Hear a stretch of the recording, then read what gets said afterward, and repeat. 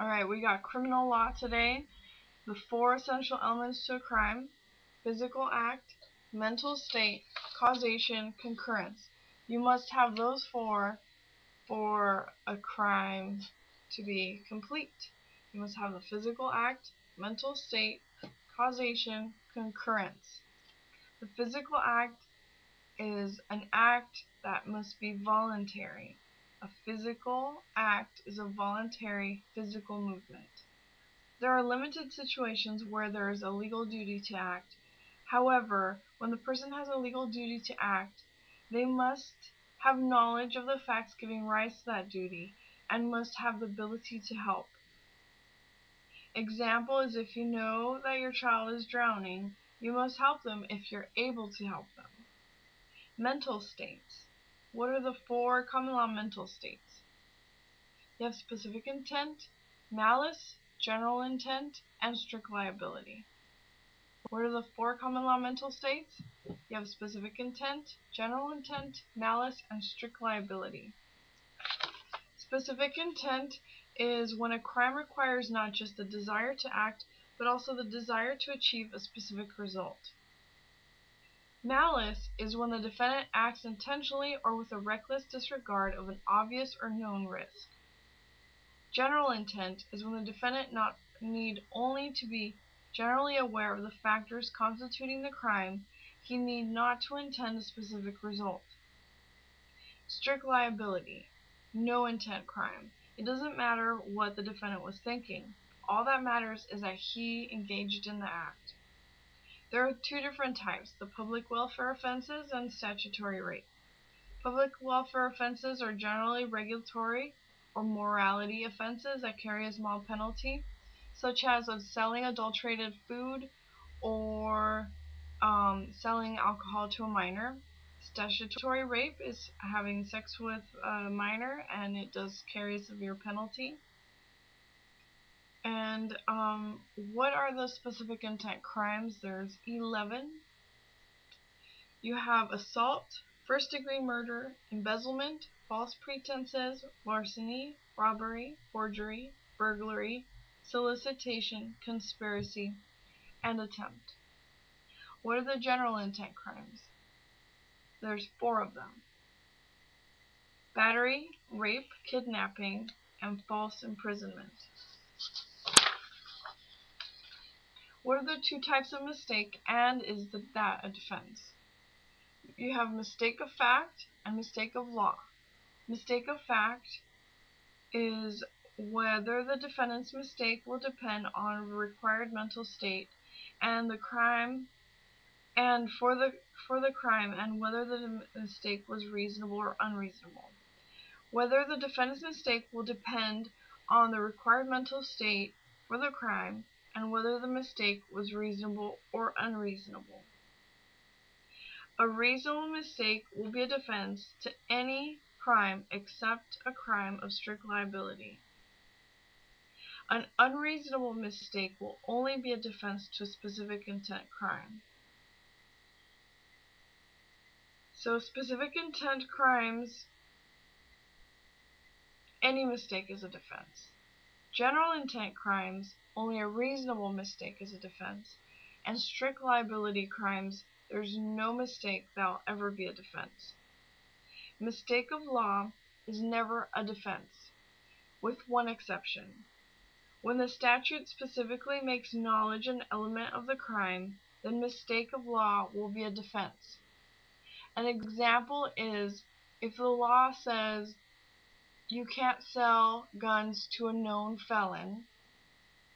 Well, if the person selling the gun doesn't know that the crime that person did was a felony, they can't be prosecuted under that crime, that statute, due to them not knowing that the person buying the gun was a felon. What are the model penal code mental states? There's 4 of them: recklessness, negligence, knowingly, and purposely. 4 model penal code mental states: purposely, knowingly, recklessly, negligence. 4. Model Penal Code mental states. Purposely, the defendant's conscious object to cause a particular result or to engage in a particular conduct. It just means that it is what the defendant meant to do. Conscious object is a buzzword there. Knowingly, the defendant is aware of his conduct, circumstances that the defendant has knowledge. Knowingly is the defendant is aware of his conduct and the defendant has the knowledge. Recklessly is the defendant is aware of consciously disregarding a substantial and unjustifiable risk. Not should have known, but actually knew. Negligence, when should have known about a substantial and unjustifiable risk. Negligence is the crime of being stupid. Recklessness is the crime of intentionally taking bad risks. On an essay question, it might be unclear whether the defendant knew or should have known of the risk. That is an area you argue, but make sure you clarify and define the difference between recklessness and negligence. Okay, so we have the Model Penal Code mental states and mistake of fact. Mistake under the Model Penal Code is more simple because you don't have the general, specific, reasonable or unreasonable under the Model Penal Code. You simply ask, does the defendant negate the mental state? The mental state is purposely, did he mean to do it? Knowingly, did he know what he was doing? Recklessly, was he aware of the risk? And negligence, was the risk unreasonable? Knowingly, the defendant gets charged with intentional murder. Recklessly, what if he is charged with a reckless crime? Let's say manslaughter, recklessly killing someone. Now he can't say, I didn't mean to do it, because that will not negate the mental state. What he has to say is, I was not aware of the risk. That is, if I drive 90 miles down the crowded highway, that I will kill someone. What if he is charged with a negligent crime? Now he can't argue that he didn't mean to do it, nor that he wasn't aware of the risk. He's got to argue, well, I didn't know the risk and I shouldn't have known the risk. That is a losing argument because everyone should know it is dangerous, that driving at 90 miles an hour in a crowded highway is dangerous. What about a strict liability offense? I didn't mean to speed, I didn't know I was speeding, my speeding was unreasonable. None of it matters in a strict liability offense. Therefore, what he is thinking cannot be basis for the defense. Crimes against people. There's 6 of crimes against people. There's rape, mayhem, battery, assault, kidnapping, false imprisonment. Rape is sex with the victims without the victim's consent, accomplished by force or threat of force, or when victim was unconscious. Mayhem, intent to inflict great bodily harm and unlawfully disable, dismember, or disfigure another. Battery, the unlawful application of force to another, resulting in either bodily injury or an offensive touching.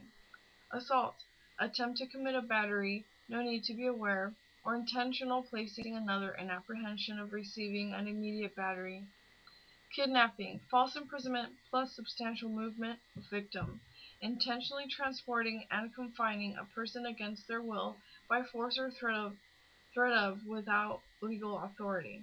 False imprisonment, the intentional unlawful confinement of one person by another with no reasonable means of escape.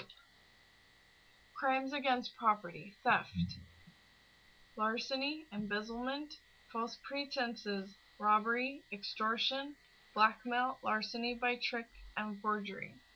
Theft. Common law had 4 different crimes for what we now call theft. The 4 separate crimes were that of larceny, embezzlement, false pretenses, and robbery.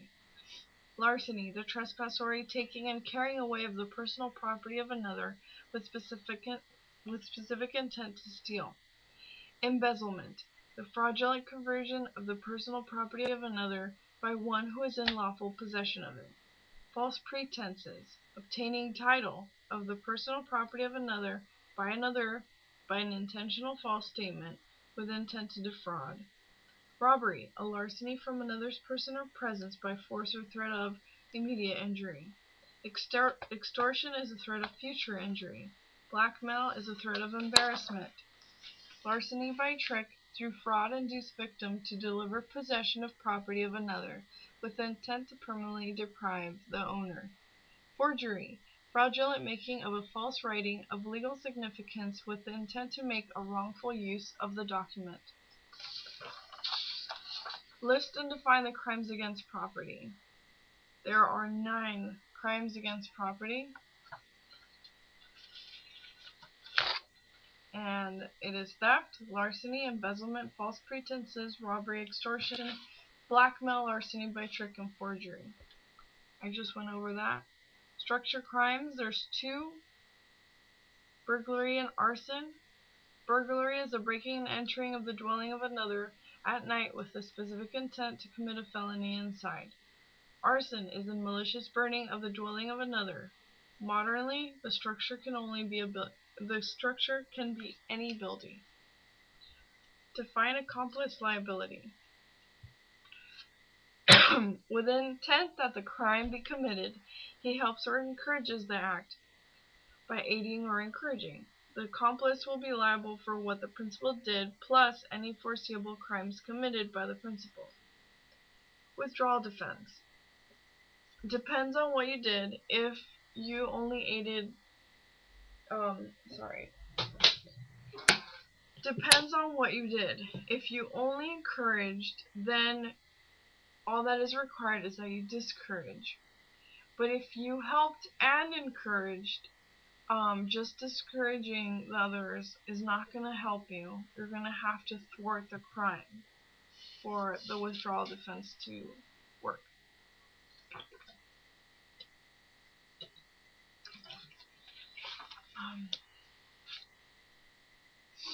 Inchoate offenses.